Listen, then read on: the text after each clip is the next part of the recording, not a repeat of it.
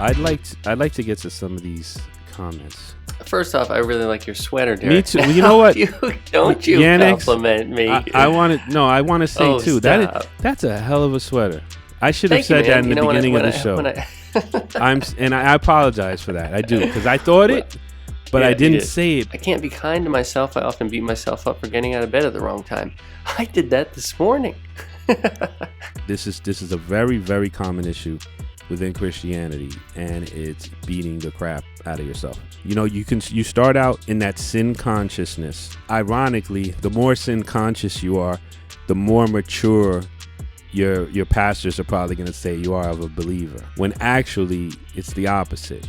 The more grace and love and self-love and love of others, and, you know, love your neighbor, the basics. When you're in those basics, that's the mature Christian. You know, a universalist approach. Everyone's in heaven.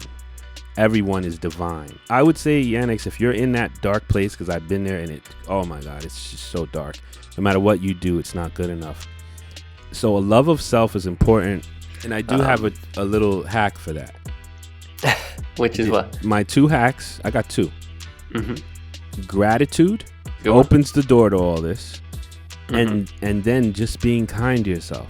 The self-talk conversation is so huge and so important. It changed my life to go from you're a piece of you can't do anything right, you messed it up again, you always to transform that to, well, all right, that didn't work out, but maybe we can try something else. It's like, be nice to yourself. The funny thing is, if you have bad self-talk, one of the things that took me out of it, that helped me like turn the switch, because I never thought I could, was just to say to one day, I'd say to myself, I've never spoken like that to another human. I've never been that mean to anyone.